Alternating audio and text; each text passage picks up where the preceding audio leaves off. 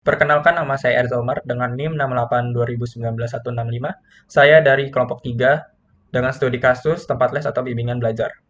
Di sini saya akan menampilkan flowchart proses bisnis dari bimbingan belajar ZIPI. Pertama-tama, calon murid mendatangi tempat les ZIPI. Kemudian, administrator memberikan formulir pendaftaran kepada calon murid. Setelah itu, calon murid mengisi formulir tersebut. Jika sudah, calon murid menyerahkan formulir tersebut kepada administrator. Administrator mulai menginput data calon murid ke database.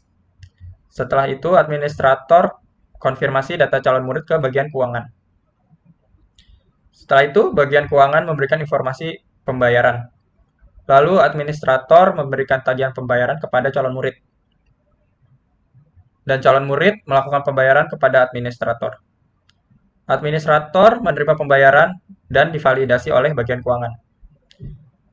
Jika sudah divalidasi oleh bagian keuangan akan membuat nota pembayaran, lalu administrator menyerahkan nota pembayaran kepada calon murid. Setelah itu, administrator juga menentukan jadwal kelas murid baru dan melakukan pembuatan kartu member les ZIPI. Setelah sudah, administrator memberikan informasi kelas dan kartu member les ZIPI. Lalu, calon murid menerima informasi kelas dan menerima kartu member les ZIPI. Baik, nama saya Mark Christopher Hatta Sanjaya dengan NIM 682019-012 dari kelompok 3 dengan studi kasus tempat les. Pada studi kasus kami itu terdapat 7 entitas. Salah satunya adalah entitas karyawan. Di sini kalian bisa dapat lihat karyawan ini memiliki relasi dengan entitas kelas dengan relasi one to many.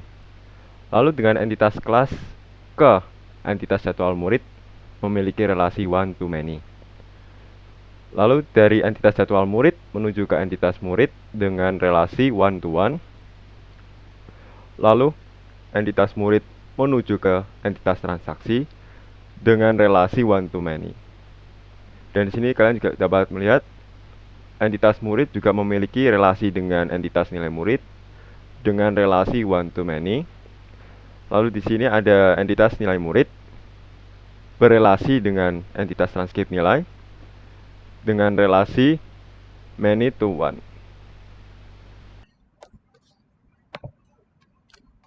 Selanjutnya di sini saya akan menampilkan data-data yang sudah diinput ke dalam tabel. Yang pertama itu data di jadwal murid. Di sini sudah ada values-nya ID jadwal murid, ID kelas. Selanjutnya ke tabel karyawan. Di tabel karyawan sudah ada values yang ID karyawan, nama karyawan, nomor HP karyawan, alamat karyawan, jenis kelamin karyawan, dan jabatan karyawan.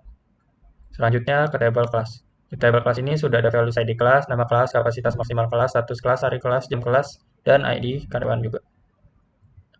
Lanjut ke tabel murid.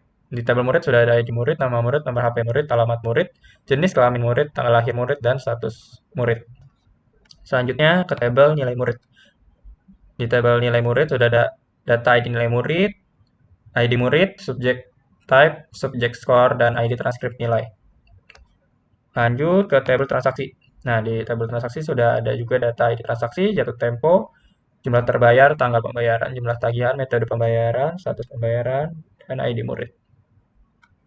Lanjut ke tabel transkrip nilai. Nah, di sini juga sudah ada data ID transkrip nilai, total nilai, dan kelas yang diselesaikan.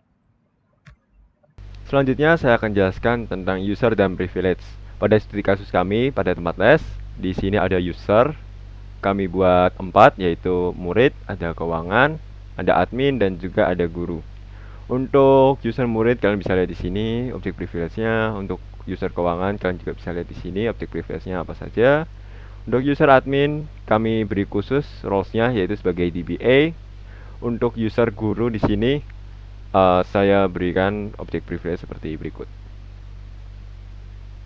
Oke, pada bagian ini saya akan menjelaskan tentang user dan privilege-nya. Apakah privilege-nya sudah berjalan sesuai dengan user-user yang di-assign.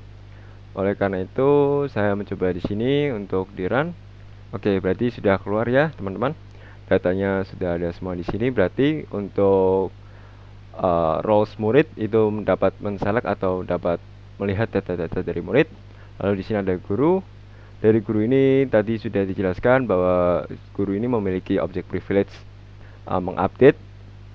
Oke, kita play di sini one row updated. Oke, berarti guru ini sudah berhasil mengupdate dari tabel nilai murid. Oke, lalu kita bagian keuangan ini. Oh ya, teman-teman jangan lupa ini di commit. Oke, kalau sudah tercommit, lalu kita masuk ke sini. Untuk bagian keuangan ini coba kita update pada tabel transaksinya. Oke, one row updated, kita commit juga. Oke, lalu kita masuk ke admin CP ini. Untuk admin CP ini kan tadi kan dia memiliki roles DBA, oleh karena itu dia bisa mendelete. Mari kita coba one row deleted, berarti semua roles sudah berjalan dan semua privilege sudah terassign ke dalam roles atau user yang ada. Selanjutnya saya akan menjelaskan mengenai trigger. Di sini kami memiliki beberapa trigger, ada 5 trigger. Yang pertama, ada increment ID murid. Di sini increment ID murid berfungsi untuk otomatis memasukkan ID murid dengan format seperti yang tertera di sini.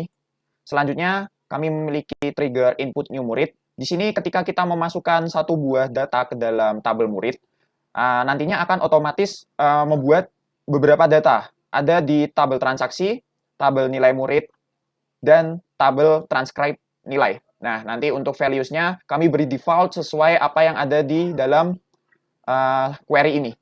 Selanjutnya ada trigger increment ID karyawan. Increment ID karyawan ini dibuat untuk otomatis memasukkan ID karyawan dengan format seperti yang tertera dalam query berikut. Selanjutnya ada increment ID jadwal.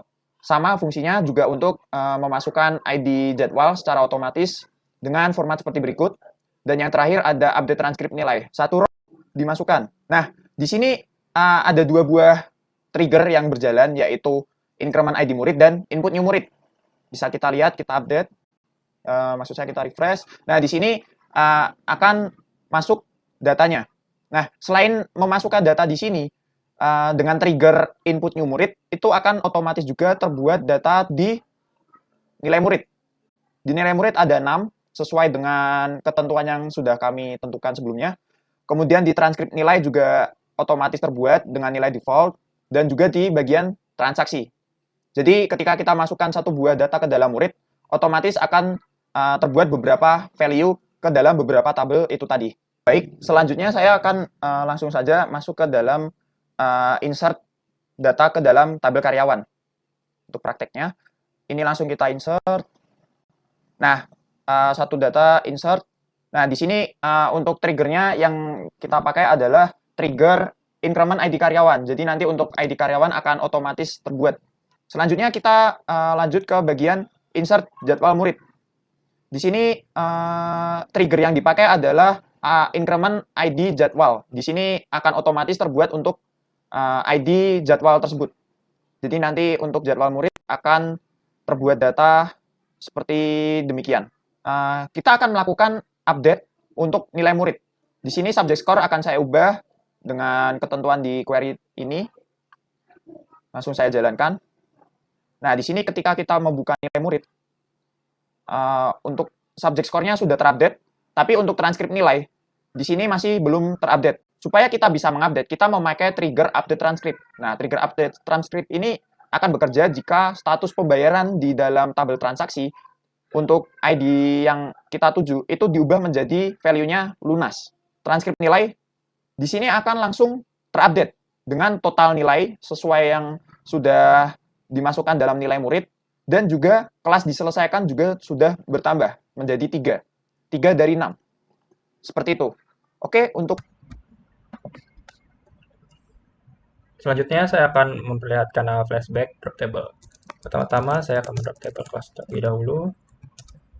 Oke, jika sudah, saya akan mengembalikannya lagi. Table class to default drop. Oke, berhasil. Selanjutnya saya akan memperlihatkan flashback yang mengembalikan data pada suatu table. Pertama-tama syaratnya harus alter table, saya mengambil table kelas, enable row movement-nya. Oke, jika sudah, saya akan mencoba untuk mengganti data yang ada di tabel kelas.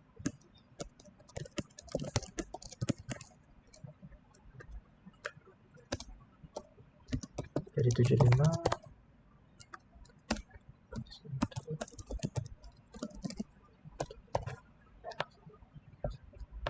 Oke, 50 semulanya kita ganti ke update.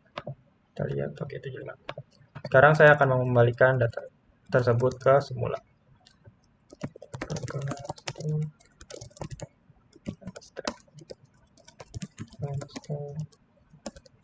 Tanggal 21 bulan 6 3 mono. Formatnya itu ini JJ 4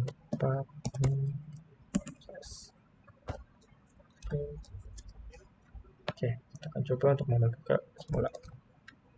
Oke, sukses. Oke, data kembali ke semula. Untuk yang terakhir, kami telah melakukan proses backup dan recovery database. Untuk bukti dari proses backup dapat terlihat di sini. Kemudian untuk proses restore atau recovery sudah kami lakukan juga. Dan ketika kami mengquery vTablespace, maka sudah tertampil dan recovery telah berhasil. Oke, mungkin sekian untuk presentasi dari kami mengenai bimbingan les, bimbingan belajar. Terima kasih.